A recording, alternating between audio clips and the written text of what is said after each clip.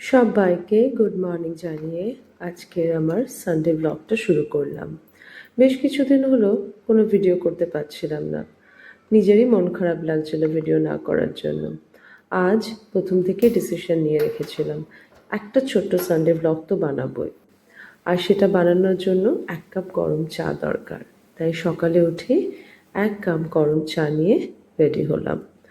আমার চাটা আবার দুধ চা না হলে হয় না। আমি দিনে দুবারই খাই চা, কিন্তু সেটা আমার দুধ চা হতে হবে।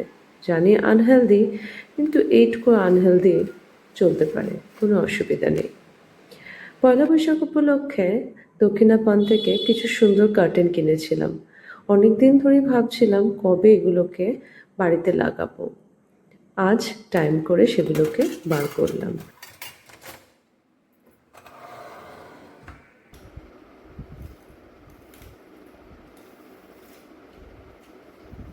নতুন যে কোনো জিনিস দিয়ে বাড়ি সাজাতে আমাদের সবারই খুব ভালো লাগে, কিন্তু তার পেছনে অনেকটা খাটনি থেকে যায়।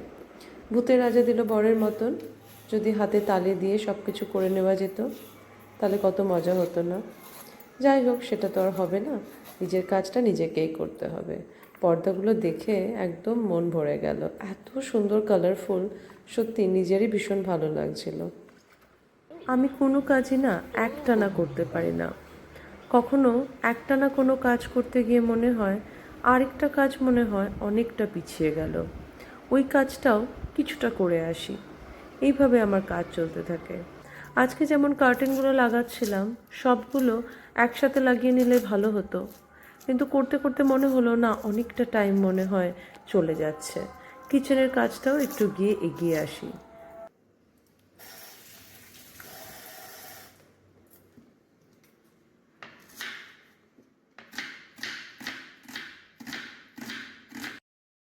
আজকে হাজব্যান্ড যখন বাজার যাচ্ছিল তখন বলেছিলাম একটু লাউ পাতা নিয়ে আসতে। একটা কুকিং ভিডিওতে দেখেছিলাম লাউ পাতা দিয়ে চিংড়ি মাছের রেসিপি, ভীষণ পছন্দ হয়েছিল। তো সেটা বানাতে খুব ইচ্ছা করছিল, কিন্তু ভাবছিলাম এই এক্সপেরিমেন্টটা ঠিকঠাক হবে কি না। তো দেখলাম হাজব্যান্ড বাজার থেকে প্রচুর লাউ পাতা নিয়ে চলে এসছে।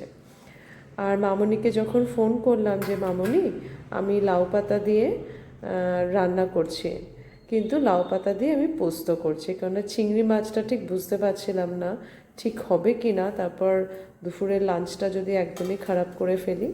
মামনি বলল আমিও পোস্ত কাটা দিয়ে কিন্তু লাউ পাতা খাবো, আমার জন্য পাঠিয়ে দিস। যার হাত ধরে রান্না শেখা, যার হাত ধরে ঘর গুছানো শেখা, আর যদি সে বলে তোমার হাতে কিছু খেতে চায়, তোমার হাতের রান্না বা তোমার হাতে কোনো রকম কিছু প্রিপারেশন সে খেতে চায়, এর থেকে বড় আনন্দের আর কিছু হতে পারে না। আমার সব কিছুটা শেখা, রান্না বলো, ঘর গোছানো, প্রতিটা জিনিসে মামনির থেকে শেখা। তো আজকে মামনির জন্যই আরেকটু স্পেশালভাবে বানানোর চেষ্টা করছিলাম লাউ পাতা দিয়ে পোস্তর রেসিপিটা। কিছুই না, আমি একটু আলু অ্যাড করে দিয়েছিলাম ওর মধ্যে, আর লাউ পাতাটাকে ভালো করে সেদ্ধ করে নিয়ে আলু পেঁয়াজের যে মিক্সচারটা বানিয়েছিলাম সেটা দিয়ে আর একটু ভালো করে কষে নিচ্ছিলাম। কষে বলো বা তেল দিয়ে ভালো করে একটু ভেজে নিচ্ছিলাম। এরপর বেশ অনেকটাই পোস্ত নিয়েছিলাম, পোস্তটাকে ব্লেন্ড করে একটু নুন হলুদ দিয়ে ওটার মধ্যে দিয়ে দিয়েছিলাম। তারপর ভাপে যেরকম যতটা রান্না হয় সেইভাবেই রান্নাটা করে মাখো মাখো হয়ে গেলে এরপর একটু চিনি দিয়ে নামিয়ে দিয়েছিলাম। খেতে কিন্তু খারাপ হয়নি, আমার ছোটোগুলো কিন্তু খেয়ে নিয়েছে এই দিয়ে।